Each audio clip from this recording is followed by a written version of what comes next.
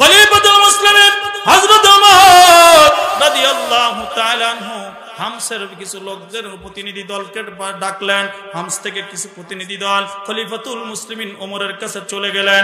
ওমরের কাছে যাওয়ার পর খলিফাতুল মুসলিমিন ওমর এবার ডাক দিয়ে বললেন, এ হামসের অধিবাসীরা, তোমাদের কাছে আমি একটা লিস্ট চাই। বলে কিসের লিস্ট চান? বলে লিস্টটা হলো এই যে হামসের মধ্যে যতগুলা মানুষ গরিব মানুষ আছে এর মধ্যে থেকে কিছু গরিব মানুষের লিস্টটা তোমরা আমার কাছে দিবা। আমি খলিফাতুল মুসলিমিন দেশের সরকার তাদের জন্য ত্রাণের ব্যবস্থা করে দিব। সুবহানাল্লাহ জোরে বলেন। ইয়া মুসলমান, কিতাবের মধ্যে আছে হামসের সমস্ত লোকেরা বসে একটা লিস্ট করে নিল। লিস্ট করার পর সর্বপ্রথম যে নামটা দিল সে নামটা হলো হযরত যে নামটা দিল আমর ইবনে যে নামটা দিল মুসলমান বন্ধুরে হামসের যে গভর্নর আর হামসের যে গভর্নর ওই হামসের গভর্নরের নামটা সর্বপ্রথম লিখে দিল। লিখে দেওয়ার পর হামসের গভর্নর সাইদ ইবনে আমর আল জুবাহির নামটা সর্বপ্রথম লিখে দিল। দেওয়ার পর নিচে আরো কিছু মানুষের নাম লিখে দিল। খলিফাতুল মুসলিমিন ওমর এবার যখন হাতে নিছে, হাতে নেওয়ার পরে লিস্টটা হাতে নেওয়ার পরে দেখে সর্বপ্রথম যে নামটা লিখেছে ওই নামটা হলো হযরত সাইদ ইবনে আমর আল জুবাহির নাম লিখছে। অথচ সাইদ ইবনে আমর আল জুবাহি ওই হামসের হলো গভর্নর, অর্থাৎ হামসের এমপি, এমন একজন মানুষের নাম লিখছে। খলিফাতুল মুসলিমিন হামসের প্রতিনিধি দলকে ডাক দিয়ে বলল, তোমরা কি আমার সাথে মস্করা করতেছো নাকি? প্রতিনিধি দল, তোমাদের গভর্নরের নাম লেখলা, তোমাদের এমপির নাম লেখলা, কারণ কি? তখন তারা চোখের পানি ছেড়ে দিয়ে ডাক দিয়ে বলে, খলিফা গো, আমাদের এই হামসের মধ্যে যদি একজন মানুষ আপনি গরিব মানুষ চাইতেন, সেই একজনই হলো সাইদ ইবনে আমর আল জুবাহি। সুবহানাল্লাহ সুবহানাল্লাহ। গরিব মানুষ অথচ এমপি, গরিব মানুষ। খলিফাতুল মুসলিমিন ওমর রাদিয়াল্লাহু তাআলা আনহু কথাটা শোনার পরে তার এমপি, তার একজন মনোনীত এমপি, সে বেচারা এত গরিব মানুষ থাকবে সেজন্য খলিফাতুল মুসলিমিন 100 দিরহাম টাকা পাঠায়া দিলেন। পাঠায়া দেওয়ার পর একটা লোকের কাছে 100 দিরহাম খবর যখন পাঠায়া দিলেন, সাইদ ইবনে আমরের কাছে নিয়ে টাকাগুলো যখন ধরলেন, ধরার পর সাইদ ইবনে আমর আল জুবাহি রাদিয়াল্লাহু তাআলা আনহু ডাক দা বলতেছে, ভাই টাকাগুলো কার? বলে এই টাকাগুলো হলো আপনার। বলে আমার কি জন্য? আমার তো টাকার কোনো প্রয়োজন নাই, এই টাকাগুলো পুরো হামসবাসীর। ডাক দা বলল, না, এই যে চিঠি দেখেন সাইদ ইবনে আমর আল জুবাহির জন্য 100 দিরহাম হাদিয়া খলিফাতুল মুসলিমিন ওমর রাদিয়াল্লাহু তাআলা আনহু লিখছেন। এবার সাইদ ইবনে আমর আল জুবাহি রাদিয়াল্লাহু তাআলা আনহু যখন দেখছেন খলিফাতুল মুসলিমিন ওমরের স্বাক্ষর পাওয়া যায়, ডাক দেওয়ালেন, ঠিক আছে, এতগুলা টাকা খলিফাতুল মুসলিমিন ওমর আমাকে দিয়েছে, তাহলে এতগুলা টাকা দিয়ে আমি কি করব? বেচারা হাওবাও করে কান্না আরম্ভ করে দিয়েছে। মোহতারাম দোস্ত বুজুর্গ, তার স্ত্রী ঘর থেকে বের হয়ে আসছে, স্বামী আমার, আপনি কেন কান্না করেন? কি হয়েছে আপনার? কি জন্য আপনি কান্না করেন? ডাক দা বলল, শোনো না, 100 দিরহাম খলিফাতুল মুসলিমিন ওমর আমার জন্য বরাদ্দ করেছে, এত টাকা দিয়ে আমি কি করব? টাকাগুলো আমি গরিবদের মাঝে আমি বিতরণ করে দেই। ডাক দা বলল, স্বামী গো, একটু না করতে চাইলেন, কারণ মহিলাদের মধ্যে টাকার লোভ বেশি, কথা কান ঠিক কিনা? একটু না করতে চাইলাম, কিন্তু স্বামীর আগ্রহ থেকে ডাক দা বলে, স্বামী গো, জি ঠিক আছে, আপনি টাকাগুলো গরিবদের মাঝে বিতরণ করে দেন। টাকাগুলো গরিবদের মাঝে বিতরণ করে দিয়েছে। এই খবরটা যে বেচারা টাকা নিয়ে খলিফাতুল মুসলিমিনের কাছ থেকে সাইদ ইবনে আমর আল জুবাহির কাছে চলে আসছিলেন, এই টাকার যে ওই বেচারা যা খলিফাতুল মুসলিমিন ওমর রাদিয়াল্লাহু তাআলা আনহুকে খবরটা দিয়ে দিলেন। ডাক দিলেন, হুজুর, যে মানুষটার কাছে আপনি টাকাটা দিয়ে পাঠাইছিলেন এই লোকটা তো খুব দারুণ একজন মানুষ। বলে কিভাবে তুমি বুঝলা? বলে হুজুর গো, এই লোকটা একটা টাকাও নিজের জন্য রাখে নাই, সব দান করে দিয়েছে। এবার খলিফাতুল মুসলিমিন ওমর রাদিয়াল্লাহু তাআলা আনহু ডাক দিয়ে বললেন, এমন একজন ভালো মানুষ, তাহলে এই ভালো মানুষের জন্য আরো কিছু বরাদ্দ আমি করি। বলে কি বরাদ্দ করবেন? বলে ওই সময় তো দিয়েছিলাম 100 দিরহাম, এবার দিলাম 200 দিরহাম। এই 200 দিরহাম নিয়ে সাইদ ইবনে আমর আল জুবাহিকে তুমি দিয়ে দিবা। এ মুসলমান, কাছে দেবার ডেকে বলে পিয়ন যে বেচারার টাকা নিয়ে আসবে সে ডাক দে বলে হুজুর গো এই টাকা নিয়ে আমি তার সামনে যেতে পারবো না, তার যে ভূমিকা আমাকে মেরে ফেলবে। ডাক দে বলল না, মুসলমান কোনোদিন মুসলমান কন্যায় বাবাকে আঘাত করবে না, তুমি কোনো টেনশন করো না, টাকা 200 নিয়ে যাও। হে মুসলমান, কিতাবের মধ্যে আসছে 200 দিরহাম নিয়ে যখন খলিফাতুল মুসলিমিনের কাছ থেকে সাইদ ইবনে আমর আল জুবাহির কাছে যখন নিয়ে পৌঁছে গেছে, সাইদ ইবনে আমর আল জুবাহি যখন 200 দিরহাম দেখছেন, দেখার পরে ডাক দে বলে এই টাকাগুলা কোথা থেকে নিয়ে আসছো, কি জন্য নিয়ে আসছো? বলে খলিফাতুল মুসলিমিন ওমর রাদিয়াল্লাহু তাআলা আনহু আপনার জন্য হাদিয়া পাঠিয়ে দিয়েছে। ইয়া মুসলমান, মুহূর্তের মধ্যে সাইদ ইবনে আমর আল জুবাহি বেহুশ হয়ে জমিনের মধ্যে পড়ে গেছে। বেহুশ হয়ে যখন জমিনের মধ্যে পড়ে গেছে, যখন তাকে পানি ঢেলে কিংবা কোনো মেডিসিন দিয়ে যখন তাকে স্বাভাবিক আনছে, সুস্থ করেছে, স্ত্রী ডাকতে কয় সাইদি রে তুমি কেন গো জমিনের মধ্যে পড়ে গেলা, কারণ কি তুমি তো আমাকে বলো, খুলে বলো। ডাকতে বলে স্ত্রী শুনে নাও, সাইদ ইবনে আমর আল জুবাহি আমি হয়তোবা জাহান্নামের আসামি হয়ে গেলাম। বলে কি জন্য? খলিফাতুল মুসলিমিন ওমর রাদিয়াল্লাহু তাআলা আনহু 200 দিরহাম আমার জন্য হাদিয়া দিয়েছে, এত টাকা আমি কাছে নিয়ে থাকবো, এটাই অবস্থায় যদি আমি মারা যাই ময়দানে মাহশারে এই টাকার হিসাব আমি কেমনে দিব? সুবহানাল্লাহ, জোরে বলে। আপনাদের কি কষ্ট হচ্ছে? হ্যাঁ, দুই হাত তুলে কষ্ট হয় না কার? দুই হাত তুলে দেখান তো, হাতগুলো এরকম করে একটু নড়াচড়া দিবেন। আর জীবনে যত শক্তি আছে এর চেয়ে শক্তি আর কোনোদিন দেন নাই, এমন একটা শক্তি নিয়ে তাকবীর দিবেন, পারবেন? হাত উঠানো থাকবে, হাত উঠানো থাকবে। নারায়ে তাকবীর, লিল্লাহি তাকবীর। আল কোরআনের আলো, আল হাদিসের আলো, তাকবীর। মাশাআল্লাহ, হাত নামান। মাশাআল্লাহ, ঘুম সারছে তো নাকি বলেন? হ্যাঁ, ঘুম সারছে, ভিডিও হইতেছে তো এইজন্য চুটকি কইতেছি না। মুহতারাম দোস্ত বুজুর্গ, খুব ভালো করে বুঝবেন কথাগুলো। সাইদ ইবনে আমর আল জুবাহি যখন হুশে ফিরছে তখন স্ত্রীকে বলতেছে, স্ত্রী গো এই টাকাগুলা কি করব? কারণ পরামর্শ ছাড়া কাজ করবেন তো মরবেন। মহিলারা এমন একটা জাতি, এতগুলা টাকা পাইলে আমি জানলাম না, আমি এই সংসারের কিছু না, গেলাম গা বাপের বাড়ি মিলা। কথা কান ঠিক বলছি না ভুল বলছি? সাইদ ইবনে আমর এখান থেকে শিক্ষা দিচ্ছেন, এই স্বামীরা, দুনিয়ার স্বামীরা যা কিছু করবা স্ত্রীর সাথে পরামর্শ করে কইরো, কিন্তু খবরদার ইসলামের বিপক্ষে যদি স্ত্রী পরামর্শ দেয় ওটা কিন্তু মানা।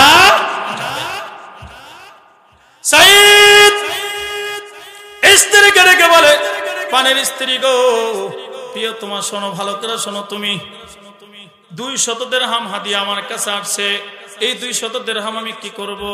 ডাকদা বলতেছে, আগের তো সবগুলা সে দান করে দিয়েছে, এখন যদি আমি সবগুলা রাখতে বলি আমারে মারবে। অতএব স্বামী গো 100 দিরহাম আপনি রেখে দেন, যত্ন করে রেখে দেন, কোনো কাজে আসবে। আর 100 দিরহাম আপনি আল্লাহর রাস্তায় আপনি ব্যয় করে দেন।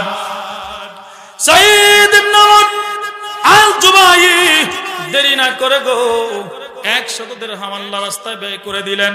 থাকলো 100 দিরহাম। স্ত্রী এবার ডাক দে, স্ত্রীকে ডাক দে, বলে স্ত্রী রে এই 100 দিরহাম তুমি কি করবা বলো তো দেখি।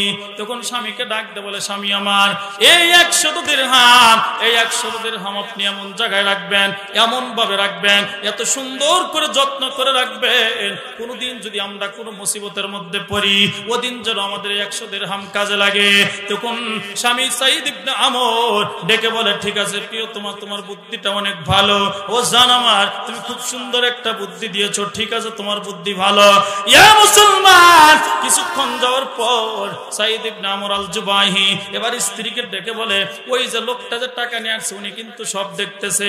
স্ত্রীকে ডেকে বলে, স্ত্রী গো এই টাকাটা যদি আমি এমন একটা জায়গায় রাখি, যে জায়গায় রাখার কারণে রাখবো আমি 100 দিয়ে দিবে 1000, এমন জায়গায় যদি রাখি তোমার কি কোনো আপত্তি আছে?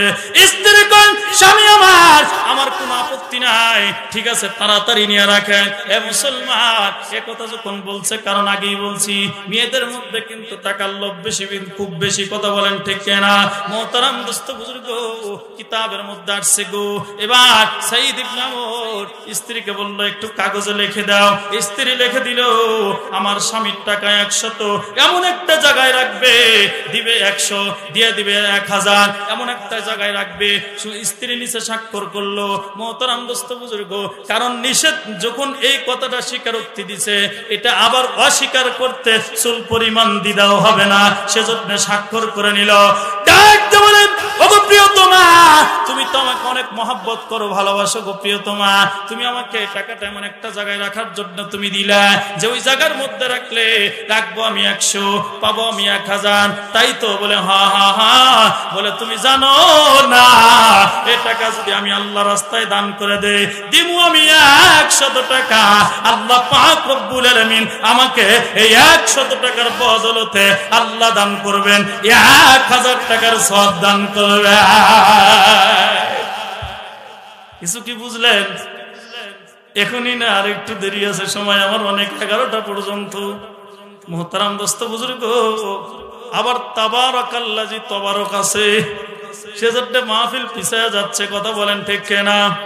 তবারক যদি হয়ে যায় তাহলে আমার কানে কানে বলে দিলেই হবে, হুজুর হয়ে গেছে, তাড়াতাড়ি কাম চালান। বেশি রাত পর্যন্ত মাহফিল করে সময় নষ্ট করার কোনো দরকার নাই, কথা বলেন ঠিক কিনা? সময় নষ্ট বলতে কি, ফজরের নামাজটা আদায় হবে না, কথা বলেন ঠিক কিনা?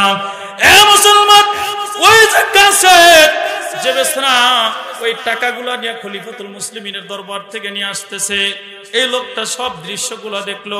দেখার পরে খলিফাতুল মুসলিমিন ওমরের কাছে চলে গেল। ওগো খলিফা, আপনার কাছে আমি আসছি। বলে কি হয়েছে তুমি বলো। এবার ডাকদা বলতেছে, শোনেন, যে টাকাটা আপনি দিয়েছেন এর মধ্যে 2টা ভাগ হয়েছে। 1 ভাগ টাকা আল্লাহ রাস্তায় ব্যয় করেছে, আর 1 ভাগ টাকা তার স্ত্রীর সাথে পরামর্শ করলো। স্ত্রী বলল ভালো একটা জায়গায় রাখার জন্য, বেচারা ভালো একটা জায়গায় রাখার জন্য এই 100 টাকাও আল্লাহ রাস্তায় দান করলো। 10-এর কারণে এ বেচারা আল্লাহ রাস্তায় দান করে দিল। খলিফাতুল মুসলিমিন ডাক দিয়ে বলে, ও ভাই, এমন একজন মানুষ, এমন একজন সুন্দর চরিত্রের অধিকারী মানুষ আমার রাজ্যের মধ্যে আছে, হামসের গভর্নর। এই লোকটার সাথে আমি একটু সাক্ষাৎ করতে যাব।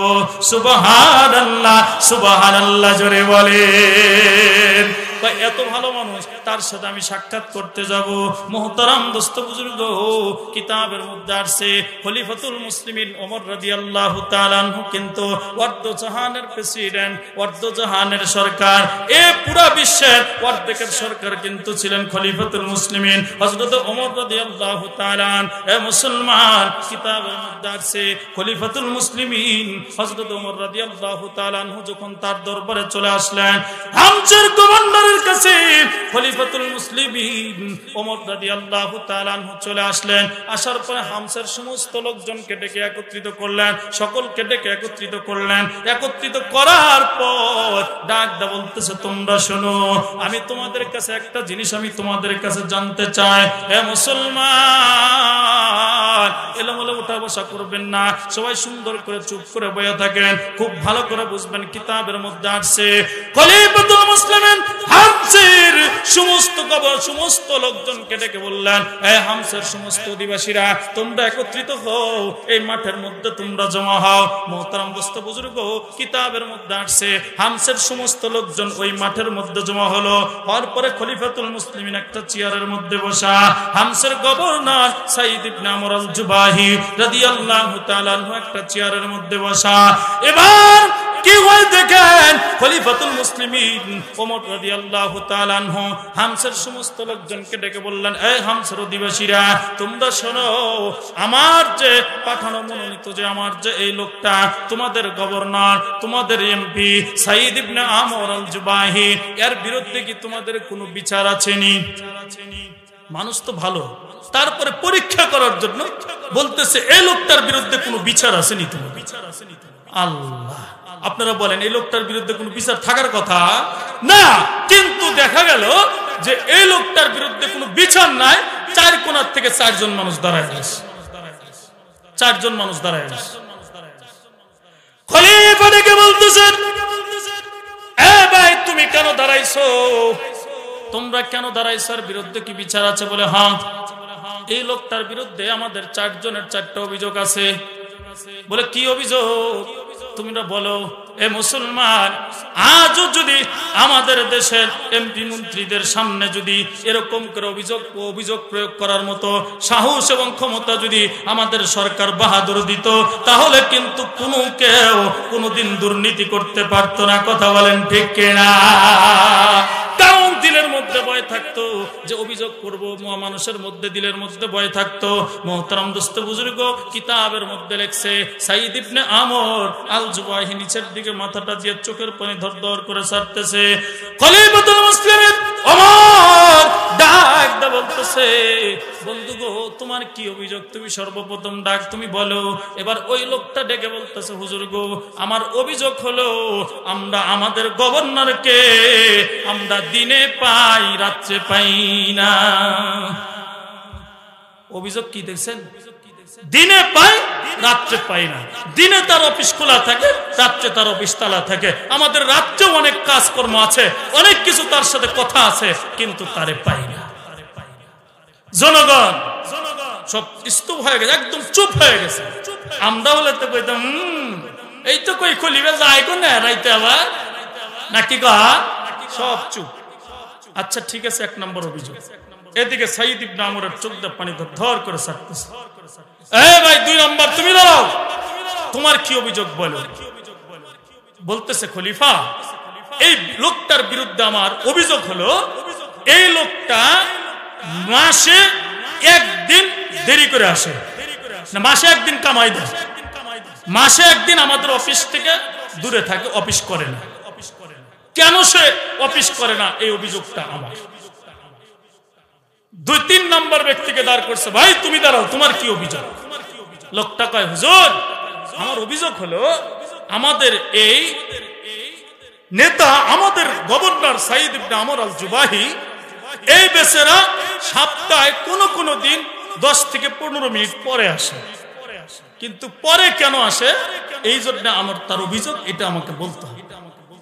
4 নম্বর ব্যক্তিকে বললেন, ভাই তোমার কি অভিযোগ, তুমি বলো। 4 নম্বর ব্যক্তি কয়, হুজুর, আমার অভিযোগ হলো এই লোকটা মাঝে মধ্যে অফিসের মধ্যে বেহুশ হয়ে পড়ে যায়।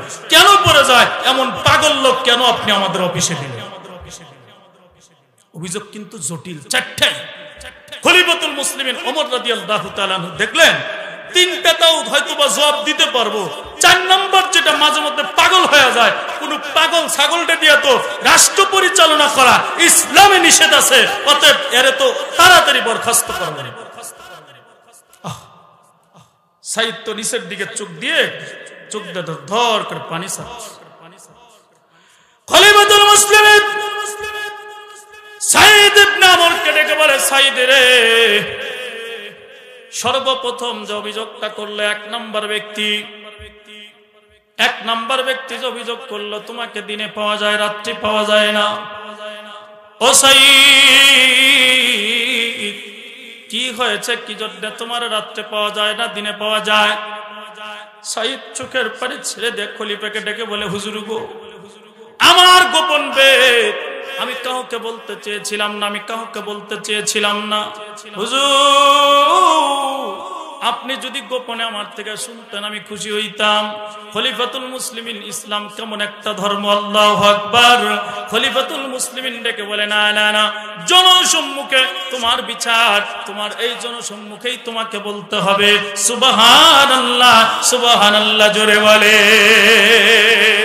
আমাদের দেশে বলে তল দিয়ে একটু মুসাফা টুসাফা করলে সব শেষ। কথা কান, সোনার বাংলাদেশ, তল দিয়া মুসাফা করলে কেচ্ছা সব শেষ। কথা কান ঠিক কর না কে? ভয় পেতেছে? বাস খলিফা কয় না, সবার সামনে বলো। সাইদ চোখের পানি ছেড়ে দিয়া জনগণকে ডেকে বলে, জনগণ রে, আমার গোপন বিষয়টা আমি তোমাদেরকে বলতে চেয়েছিলাম না, আজকে বলা লাগবে। ও আমার নির্বাচনী এলাকার মানুষেরা রে, তোমরা সরে যাও। দিনের বেলা আমি তোমাদের ডিউটি করি, রাত্রি যখন হয় আমার আল্লাহর গোলামি করি। দিনে আমি তোমাদের ডিউটিতে মগ্ন থাকি, রাত্রি যখন হয়ে যায় দরজা জানলা আটকাইয়া আমার মাওলার প্রেমে পড়ে যায়। নামাজ পড়ি আর জিকির করি আর কোরআন পড়ে। ও জনগণ, এটা তো তোমরা দেখতে পাও না, সেজন্য আমি সাইদ ইবনে আমর তোমাদের কাছে রাত্রি আমি থাকতে পারি না। আমার জীবনের হায়াতের দুইটা অংশ করেছি। এক নাম্বার অংশ হলো তোমাদের জন্য রাষ্ট্র পরিচালনার কাজে, 2 নাম্বার অংশ হলো আমার মাওলার জন্য। রাত্রে আমি আমার মাওলার সাথে আমি প্রেম খেলা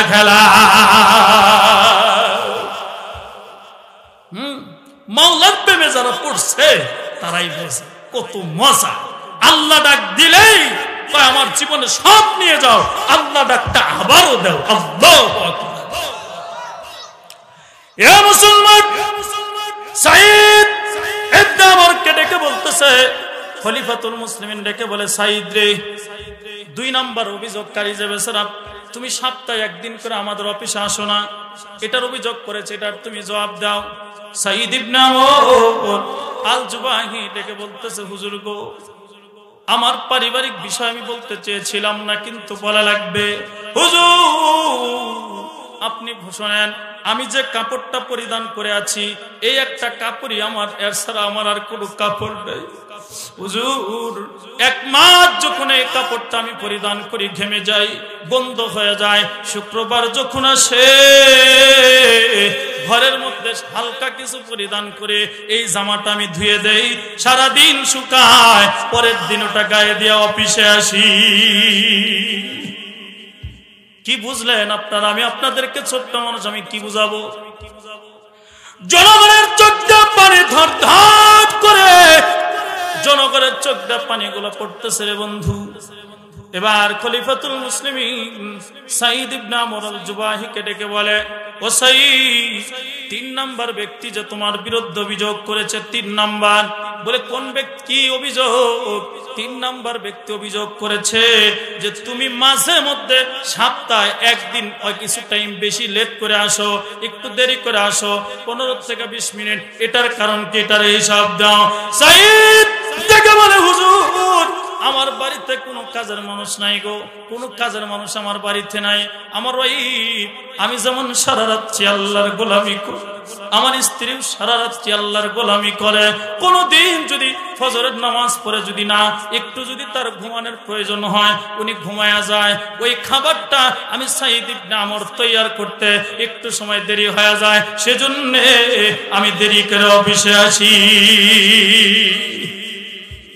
4 নাম্বার ব্যক্তিকে ডেকে বললো যে 4 নাম্বার ব্যক্তি যে অভিযোগ করেছে তুমি মাঝে মধ্যে তুমি কি হয়ে যাও, বেহুশ হয়ে যাও, কারণটা কি, কি জন্য তুমি বেহুশ হয়ে যাও? সাইদ ডেকে বলে, হুজুর গো, আমি যখন হযরত খাব্বাব রাদিয়াল্লাহু তাআলা আনহুকে যখন কাফের বেঈমানেরা শুলিতে চড়াইছে, পিছন দিয়ে একদম মাথা দিয়ে বের করে যখন দুনিয়ার বুক থেকে বিদায় করে দিয়েছে, খাব্বাবের লাশটা ওই শুলির মধ্যে ঝুলন্ত অবস্থায় ছিল। ওই দৃশ্যটা আমি নিজের চোখে দেখেছি গো। ওই দৃশ্যটা যখন মনে পড়ে তখন আমি অফিসে বেহুশ হইয়া যাই। মুসলমান, এখান থেকে আপনারা কি বুঝলেন? তাহলে দেখেন, 100 টাকা দিছে, আল্লাহ রাস্তায় দান করে দিছে। 200 টাকা দিছে, প্রথমে 100 পরে আর 100 দান করে দিছে। 4টা সম্মুখীন হয়েছে খলিফাতুল মুসলিমিন ওমর রাদিয়াল্লাহু তাআলা আনহু। জনগণকে ডেকে বলে, তোমরা কি বিচার পেয়েছো? জনগণ ডাক ডাক, হুজুর, আর আমাদের শরম দিবেন না, লজ্জা দিবেন না, আমরা বিচার পেয়েছি, আর আমাদের কোনো দরকার নাই। যতদিন সাইদ ইবনে আমর বেঁচে থাকবে ততদিন সাইদ ইবনে আমর আল জুবাহি এই হামসের গভর্নর থাকবে। এ মুসলমান, আমি বুঝাইতে চেয়েছিলাম আল্লাহকে আল্লাহ মানা লাগবে, তার উপরে ইস্তেকামত থাকা লাগবে। খুব ভালো করে বুঝবেন, হযরত ফাতেমাতুজ জোহরা রাদিয়াল্লাহু তাআলা আনহা, উনার হযরত ফাতেমাতুজ জোহরা, উনি অসুস্থ মানুষ, অসুস্থ মানুষ। এ বেচারার কি ডালিম খাবার মনে হয়েছে? কি খাবার মনে হয়েছে? ডালিম। ডালিম খাইতে মন চাইছে। তো বেচারা করছে কি, একটা টাকা অনেক কষ্ট করে আল্লাহর বান্দি হযরত আলীর কাছে দিছে। আলী, এই টাকাটা নিয়ে যাও, একটু ডালিম কিনে নিয়ে এসে আমার জন্য দে। ডালিম কিনে নিয়ে আসছে। নিয়ে আসার পরে রাস্তার মধ্যে ভিক্ষুক ধরে বলেছে, আলী রে, এই আলী, আমার তো খুব ক্ষুধা পাইছে, যদি একটু ডালিম দিতি। দেখছেন যে কারবারটা, এদিকে ঘরে বউ অসুস্থ, যদি দিতি, আচ্ছা অর্ধেক করে দিচ্ছি। দেওয়ার পর অর্ধেক খায়, কয় আলী অনেকদিন ধরে খাই না তো, ক্ষুধার জ্বালা আরো বাইরে গেল রে, যদি সবগুলাই দিতি। সুবহানাল্লাহ বলে। হযরতে আলী কি করছে, সবটুকু দিয়ে দিচ্ছে, দিয়া মনটা খারাপ হয়েছে। বাড়িতে যাওয়ার পরে এই হযরতে আলীর মনটা খারাপ। স্ত্রী কয়, স্বামী আমার, আপনার মনটা খারাপ, কি হয়েছে? বলে, শোনো, আমি একটা ডালিম কিনেছিলাম, রাস্তার মধ্যে ভিক্ষুক ধরেছিল, অর্ধেক দিছি, আমার আরো ক্ষুধা বেশি হলো, আরো একটু দেওয়া লাগবে, পুরাটা দিয়ে দিছি, তুমি আর কিছু মনে করো না, তোমাকে খাওয়াইতে পারলাম না, অন্য একদিন খাওয়াবো। সুবহানাল্লাহ। স্ত্রীরা কেমন? স্বামী আমার, আল্লাহ রাস্তায় তো দিছেন, যেহেতু একটা দিছেন, অপেক্ষা করেন, আমি নবীর মেয়ে বললাম, দেখবেন একটার পরিবর্তে আল্লাহ 10টা ডালিমের অধিকারী আমাদেরকে করে দেবেন। কিতাবের মধ্যে আছে, খলিফাতুল মুসলিমিনের সাথী হযরত আলীর স্ত্রী, চতুর্থ খলিফা নাকি বলেন, হযরত আলীর স্ত্রী এবার যখন এই কথাটা বললেন, দুইজনের মাঝে কথোপকথন চলতেছে। এমন সময় হযরতে সালমান ফারসি দৌড়ে আসছে। আসার পরে একটা টুকলার মধ্যে সুন্দর করে 9টা ডালিম নিয়ে আসা হযরতে আলী রাদিয়াল্লাহু তাআলা আনহুর হাতে দেয়। আলী কয়, এই ডালিম আমার না কার, এটা একটু আমি পরীক্ষা করে দেখি। গনে 1 2 3 4 গুইনা দেখে যে ডালিম পাওয়ার দরকার 10টা, আইছে 9টা। কয়, সালমান ভাই, তুমি ভুল পথে আসছো, এই ডালিম আমার না, নিয়ে যাও। সালমান দেখছে যে আলীর কেমন ইয়াকিন, এটা একটু দেখি, একটা পকেটে ভরে আছে, 10টা ঠিকই আছে। সালমান ফারসি চোখের পানি ছেড়ে আলীকে ডেকে বলে, আলী রে, তোমার যে ডালিম 10টা, তুমি কেমনে বুঝলা? ডাক দে বলে, সালমান রে, এটা বুঝলাম হলো আমি একটা আল্লাহ রাস্তায় দান করেছি, একটা দান করলে 10টা পাওয়া যায়, আমি একটা যেহেতু দিয়েছি, তুমি 9টা আমাকে দাও। এই 9টা আমার না, আমাকে দিলে 10টা দিবে। পকেট থেকে আরেকটা বের করে 10টা মিল করে দিয়া কয়, এটা আল্লাহ পাক রব্বুল আলামিন একটার পরিবর্তে 10টা ডালিমের অধিকারী করছে তোমাকে। আমার আজকে আপনারা বুঝেছেন? যদি বুঝে থাকেন, 1 টাকা দিলে 10 টাকার সওয়াব।